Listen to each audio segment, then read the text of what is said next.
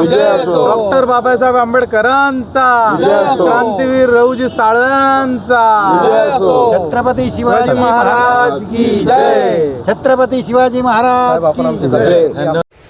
मातंग समाजाच्या विविध मागण्यांसाठी आझाद मैदान येथे मोहनराव कांबळे यांच्या बेमुदत उपोषणाला शिंदे गटाचे मसुलकर यांनी दिली भेट। लवकरच शिंदे साहेबांची भेट घडवून देतो, दिले मोहनराव यांना आश्वासन।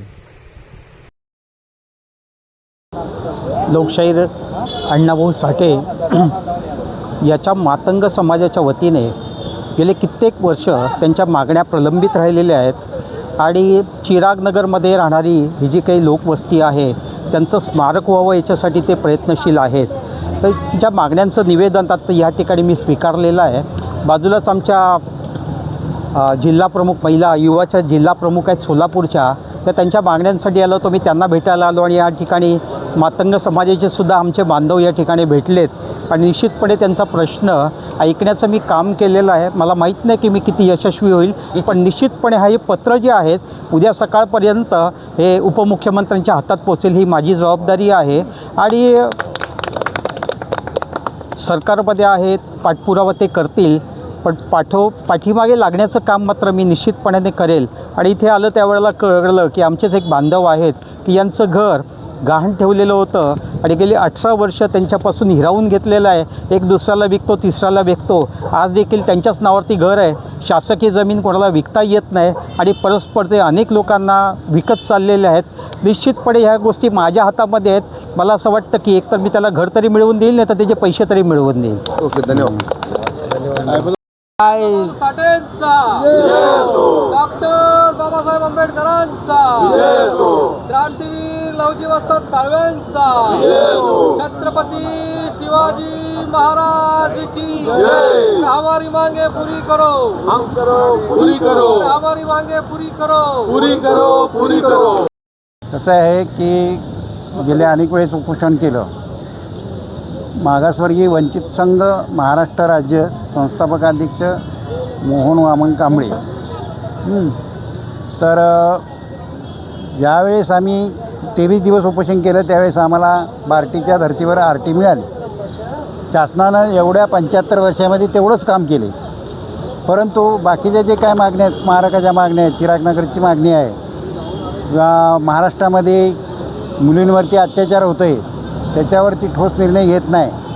लवजी ह्याची झोपडपट्टी हटवली, त्या लोकांना तिथं न्याय मिळाला नाही। या कांदवली इथं संजय गांधी ह्याच्यामध्ये आहे 1995चा TR लागू केला आहे, पण आता शासनाने जो काढलं आहे 2011 प्रमाणे ते तिथल्या लोकांना तिथं त्या ठिकाणी त्यांचं पुनर्वसन करावं ही एक मागणी आहे। त्याचबरोबर अपंग जे आहेत ते अपंगाची स्वतंत्र जनगणना झाली पाहिजे आणि त्या आयोगावरती अपंगाचाच व्यक्ती तिथं नेमला पाहिजे प्रतिनिधी।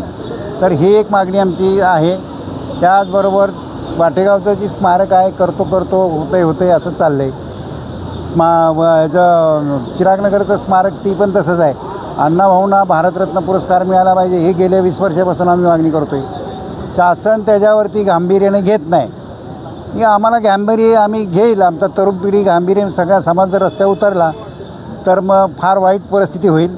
आम्ही चाललो आहे कायद्याच्या चौकटीत राहून आमचं उपोषण चालू करतो आहे, पर्याय काढतो आहे, ते आश्वासन देतात। आज संजय शिरसाट साहेबांनी आम्हाला बोलवलं, त्यांनी आमची समजूत काढली, पण समाधान न झाल्यामुळं आम्ही सांगितलं की ते म्हणजे 8 दिवसात तुम्हाला आम्ही सगळ्या लेखी देतो, त्यावेळेस तुम्ही पुढं निर्णय घ्या काय घ्यायचा।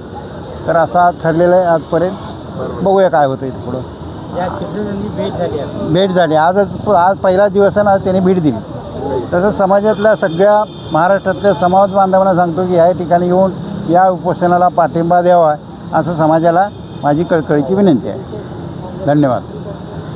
इथे जे आलो आहे आम्ही ते कांबळे साहेबांना पाठिंबा देण्यासाठीच आलो आहे आणि त्यांनी आत्तापर्यंत जे मुद्दे सांगितलेले आहेत त्याचा सरकारनं गांभीर्यपूर्वक विचार करावा।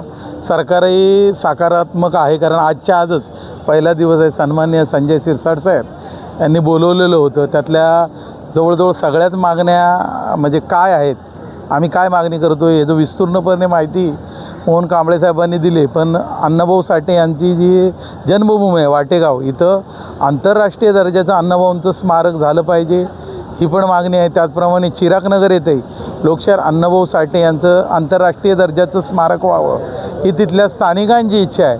पण त्यांचं स्मारक होताना तिथे जी लोकं आहेत त्यांना त्यांचं दुसरीकडं कुठेही पुनर्वसन करू नये, कारण साहित्यरत्न लोकशाहीर अण्णाभाऊ साठे यांनी तिथल्या स्थानिकांच्याच राहणीमानावर जडणीघडणीवर चिरागनगरची चिरागनगरची भूतं ही पुस्तकं लिहिलेली होती.